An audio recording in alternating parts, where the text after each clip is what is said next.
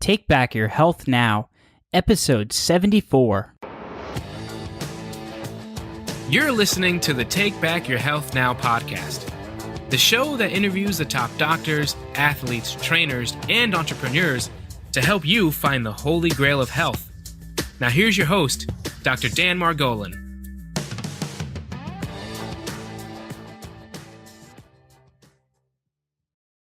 This is Dr. Dan Margolin with another segment of Take Back Your Health Now, where we pull out all the stops in search of health's holy grail. This is going to be a great show. We've got Dr. Robert Lustig. He is a professor of pediatrics in the Division of Endocrinology and a member of the Institute for Health Policy Studies at University of California, San Francisco. He has authored 120 peer-reviewed articles and 70 reviews, as well as the Fat Chance Cookbook and the upcoming The Hacking of the American Mind. He has mentored 30 pediatric endocrine fellows and trained numerous other allied health professionals. He is the former chairman of the Obesity Task Force of the Pediatric Endocrine Society, a member of the Obesity Task Force of the Endocrine Society, and a member of the Pediatric Obesity Devices Committee of the U.S. Food and Drug Administration. He is also the president of the nonprofit Institute for Responsible Nutrition, dedicated to reversing childhood obesity and type 2 diabetes. He consults for several childhood obesity advocacy groups and government agencies. Dr. Lustig, welcome to the show, sir. Thank you so much for having me, Dan. Oh, it's very exciting. I've had a chance to read The Hacking of the American Mind. I have so many questions for you, but before I do that, I know you had written a book prior to that, the Fat Chance, and if you would just go back over your history. How did you, as an endocrinologist, how did you get started? What made you go into medicine, and then how did you go into obesity? And just take us back to the beginning. Oh boy, way back at the beginning. Well, I went to MIT undergrad, and I actually majored in nutrition there. And what was interesting was that one of the first things I learned in learning the science was that different calories are metabolized different ways. And a bit of what I currently know back when I was in college. Then I went to medical school, and they beat it out of me. A calorie was a calorie, and calories mattered and nothing else did. And obesity was a matter of energy balance rather than energy deposition. And therefore, it was about energy in and energy out. It was about gluttony and sloth, and therefore it was about diet and exercise. And therefore, it was about two behaviors. Therefore, if you were fat, it was your fault. And that's the way doctors treated the obese. Well, right. I'm a neuroendocrinologist, so I study how the brain controls hormones and how hormones control the brain. And in 1994, we discovered this hormone called leptin. Leptin is a hormone that goes from your fat cells to your brain and tells your brain, you know what, I have enough energy on board to engage in expensive metabolic processes. That obesity became an endocrine issue, and it fell well within my purview. At the same time that happened, I found myself being the physician at St. Jude Children's Research Hospital, where we were taking care of all these kids with brain tumors. And they'd survived their brain tumors only to become victims of the treatment, in that they became morbidly obese because that controls hormones, called the hypothalamus, had been damaged. Oh, wow. And I was charged with trying to fix this in these kids. And the question is, what are you going to do? So I postulated it back in 1995 that these kids, for whatever reason, could not see their leptin because of the tumor, or because of the surgery, or because of the radiation. So I couldn't fix that. So I had to figure out what was downstream of that leptin neuron. And it turned out there were several things downstream, but one of them was the vagus nerve innervating the pancreas to release extra insulin. Okay. Insulin is the energy storage hormone. So I said, well, gee, if we could block insulin release, maybe it would have a beneficial effect on these kids. So there's a drug that we use to do that. And lo and behold, these kids stopped being hungry. Wow. They started losing weight. And more importantly, they started exercising spontaneously. I didn't tell them to do that. They just did it. And we actually measured their energy expenditure. And it turned out that the lower we got their insulin, the more energy they burned. Huh. So what this said to me was that, hey, insulin might be the bad guy in this story. We then said, all right, are there people out there, not because of brain tumors, but just because they are who they are, that might have the same problem? And if we gave them the same drug, might they be affected in a positive way also? Right. We did a study in normal obese adults, and it turned out that 20% of the patients we studied had exactly the same effects. Now, Wow. not all, by far and away. I mean, 80% did. 20% started losing weight. Their carbohydrate craving went away. Their total carbohydrate intake went from 900 calories a day to 350 calories a day of their own volition. And they started exercising because they felt like it. Now, Doc, what was it that you gave? You gave them insulin? No, we gave them a drug that blocked insulin. To block the insulin. Okay, I understand. Okay. Yeah. Gotcha. It's a drug. It's an endocrine drug that, endocrinologists know how to use. And normally it's given to block growth hormone, but we gave it to block insulin. Lo and behold, these 20% of the obese patients we studied had the exact same thing happen. And it turned out that the patients who were the responders turned out to be the ones who released the most insulin. So what this told us was, if you can get insulin down, you can fix their problem. And what that said to us was that the biochemistry drives the behavior. And that was a new idea back in 2003. Then the question was, all right, what about the 80% who didn't respond? What's going on with them? They were not releasing too much insulin. They were insulin resistant. Their bodies were not responding to the insulin signal, although their brain was thinking they were hungry. And the question then was, all right, what's going on with them? And that's what led me to sugar. And it turns out sugar, because of the way it's metabolized in the body, in the liver specifically, when you overload your liver with sugars into liver fat, and it's that liver fat that drives the insulin resistance and drives all of the phenomena that we commonly refer to as metabolic syndrome. That is the type 2 diabetes, the hypertension, the lipid problems, the heart disease, and possibly, we don't know this for sure yet, maybe even the cancer and dementia. Now that's interesting, because in the 70s, didn't the government mandate that they get the fat out of the food, and the industries responded by pouring more sugar into the American diet? Exactly. If you look at the onset of the obesity and type 2 diabetes pandemic, it correlates temporally with that change in our diet. As the sugar in our diet went up, as the fat went down and the sugar went up, that's when all hell broke loose. Now, what we have done since is we have taken the sugar out of kids' diets and replaced it with starch. We're not giving them fewer calories, we're giving them the same number of calories, and we're keeping their weight the same. And what we're finding is that we can actually reverse their liver fat and reverse their insulin resistance and reverse their propensity for heart disease and type 2 diabetes in as little as 9 days. Wow. That's amazing. That's amazing. So we're pretty comfortable that sugar's the bad guy in this story for most people. So some people, the pancreas is the liver's the problem.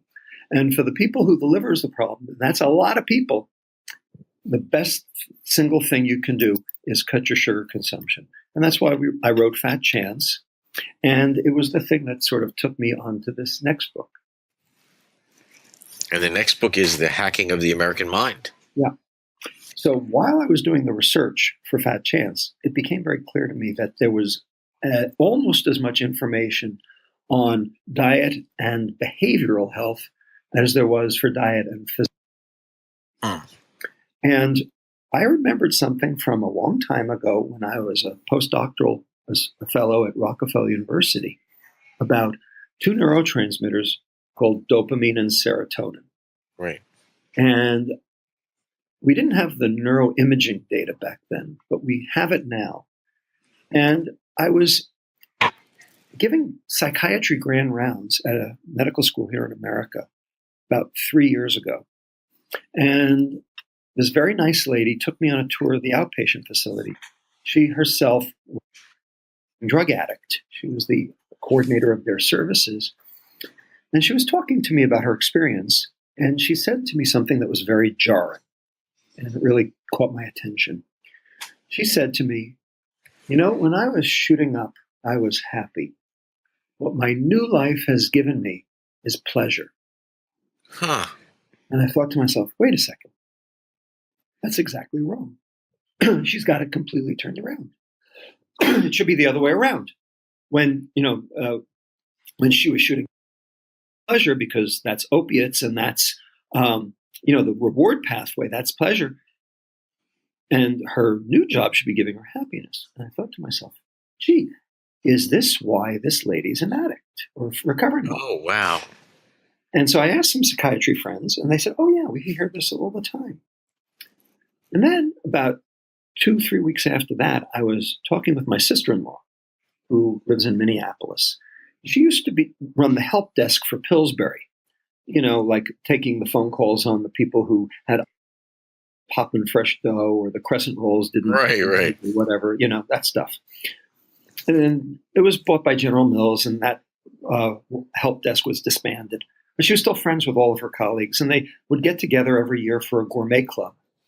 And she just had it, and one of her friends, who had just had bariatric surgery, said to her, you always stay so nice and thin. What's your secret? And my sister-in-law said, well, really, I just only eat when I'm hungry. The woman said to her, hungry? Who's hungry? Eating's for happiness. Oh, wow. Wow. And of course, that resonated with me, taking care of all these obese kids over all these years. And I said, this book has to be written. Wow. Because we have mistaken pleasure for happiness.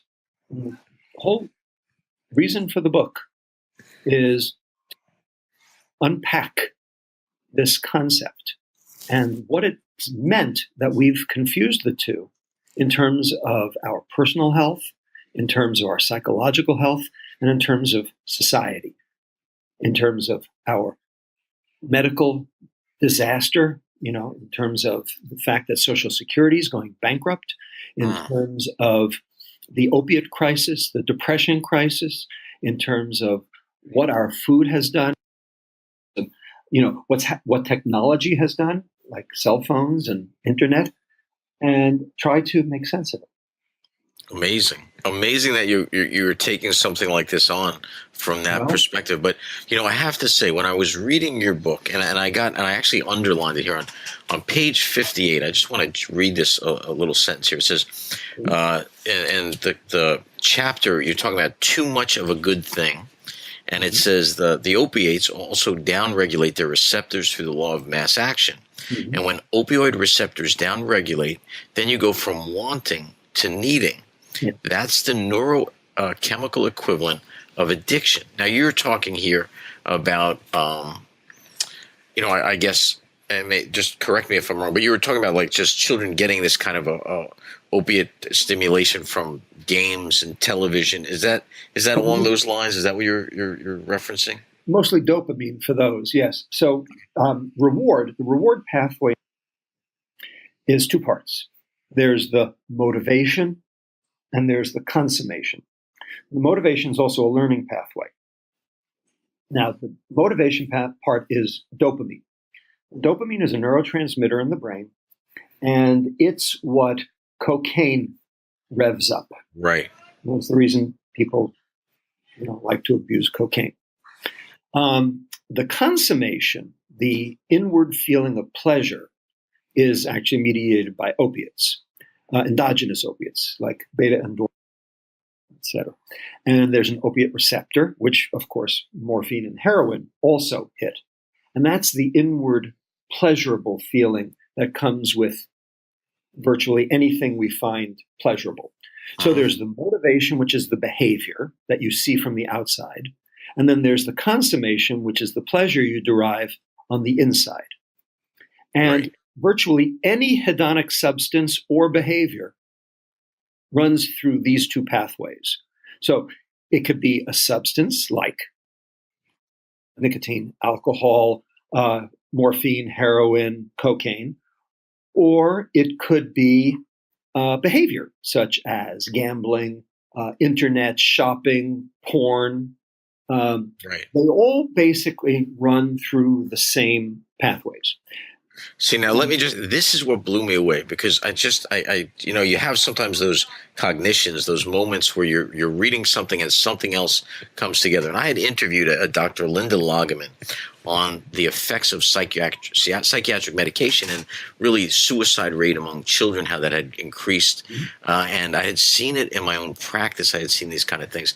Very interesting interview. But what really struck me is what she was saying is that when you start initially on these medications, and I'm probably going to butcher this, but basically you increase your dopamine levels, which then floods the area. And over time, the receptors actually get smaller because you're so flooding that area that you don't need big receptors. And ultimately, they start to die away. And this is why when you take a patient off of these psychiatric medications, they can go into deep, deep depressions. And if they've been on those medications for any length of time, it can actually be a chronic situation. And that's also why suicide rates go up. Now, I'm listening to that and thinking about that and that interview, and I'm reading your book, and you're now relating this to other stimuli that are doing the same thing. Am I right? Am I putting that together the right way? You are. It turns out dopamine, the preferred neurotransmitter, if you will, downregulates its own receptor. Now, the reason for that is because dopamine is excitatory. It excites neurons. Now, neurons like to be excited, but not all the time, not chronically and excessively. When that happens, neurons die. Neurons are very, tenuous things, and they don't like to be overstimulated. So the neurons have a fail-safe default pathway. They downregulate the receptors so that there are fewer of them. So the way to think of this: you get a hit, you get a rush, receptors go down. Next time you need a bigger hit to get the same rush. Right. Receptors go down, and then a bigger hit, and a bigger hit, and a bigger hit, and a bigger hit, until finally you get a huge hit to get nothing. And that's called tolerance. And then when the neurons actually start to die, that's called addiction. Wow, but to me, this was so brilliant. It was such a brilliant thing you figured out, because my daughter's 9 years old, and I see that, she loves playing on the iPad and playing these different games, and it struck me, like, am I looking at a form of addiction of children to their iPads and to all these games? Is that what that is? Oh, it is. Absolutely. It is. So here's the bad news. Serotonin, which is the contentment neurotransmitter that gives you the feeling of emotional well-being, that all is right with the world, is an inhibitory neurotransmitter.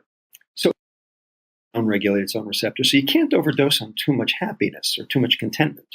But there is one thing that downregulates serotonin: dopamine.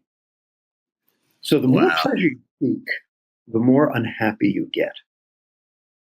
Wow. If you think about it, think about all the addicts. They're the most unhappy people on the planet. And This is why. Because they've actually downregulated their serotonin. Then add a little stress, which downregulates the serotonin receptor.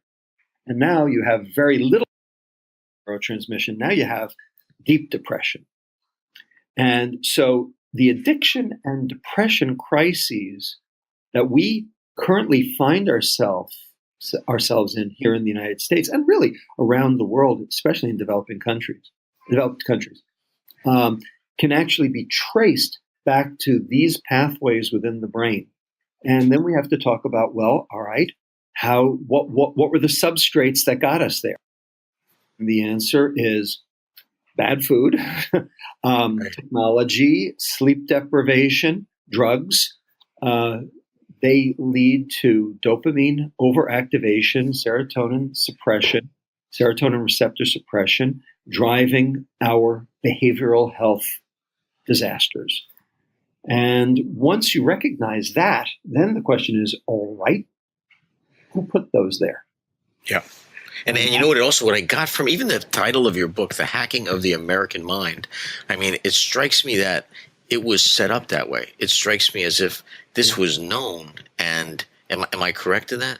Well, let's put it this way. I don't know if they knew the neuroscience per se, but they knew that reward cells, pleasure cells. And what they've done, the industries of America and around the world, what they've done is they've conflated and confused pleasure with happiness, trying to convince us that we can buy their product or engaging in their hedonic behavior that generates their profit, whether it be gambling or social media or, pornography or, drugs of abuse or sugar, which is sort of the cheapest of all thrills, which, is sort of the baseline that everyone in the world is now exposed to. Well, Dr. Lustig, years ago, I had taken a course in management, and they defined happiness. And I'm going to butcher the definition, but it was something like this. It's the overcoming of not unknowable obstacles towards a known goal. In other words, there was some actions that you were taking that were leading to, you were getting closer to those things that you wanted to, and you were overcoming obstacles. In other words, you were playing a game. And it was an action-based reward. That is the definition of reward.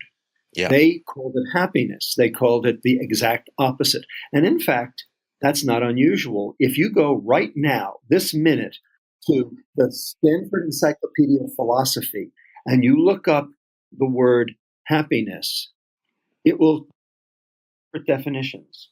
Hedonism and the life satisfaction theory, neither of which are emotional well-being. So even the academics get it wrong. And it's the neuroscience that actually helps us parse what the real definitions of these two words are. And it's been very specifically confused to confuse the American public so that this process can continue. It's called the American economy. Oh, I got it. So give me the two definitions. So just define them for me. So pleasure. Let's do it this way. What's the difference between pleasure and happiness? There are 7. Okay. Go ahead. No, go ahead. I'm thinking just if you're asking me, pleasure to me would be something that I would experience almost like something innate, right? There's just be something like when I look at my daughter, that would give me pleasure. But also, I guess happiness. I was just going to say that actually. Now that I said that, there'd be some happiness mixed in there too. So, give me the 7 areas. So, term happiness is long term. Okay. Pleasure is visceral. Happiness is ethereal. Pleasure is taking. Happiness is giving.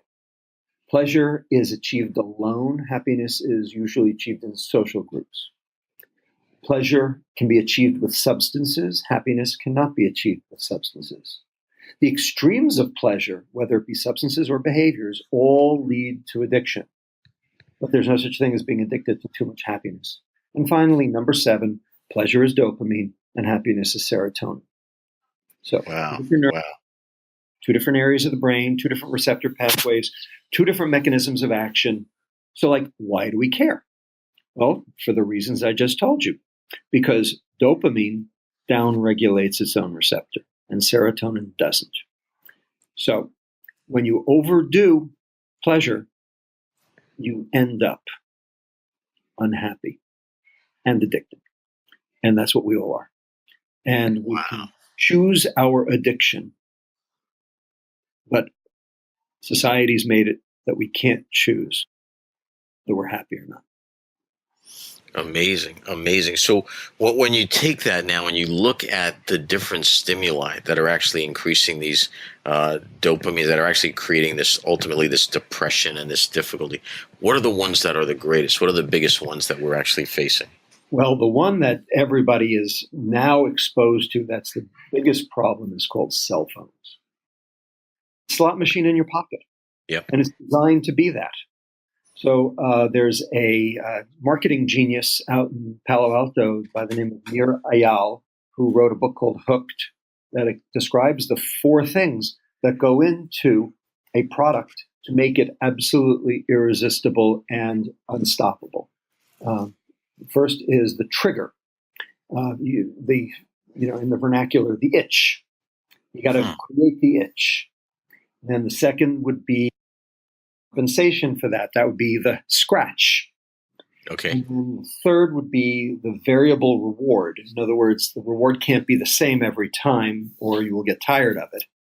So each time the reward is different. Groupon or Overstock. And then the fourth is investment. That is that it has to force you then to pay money in order to satisfy your continued itch and scratch. And this vicious cycle of increasing your use and or consumption in order to now satisfy an itch you never had before is the hallmark of addiction. All heroin addicts had to take heroin once the first time. The question is, what led them to do that? That's the trigger. That's the trigger.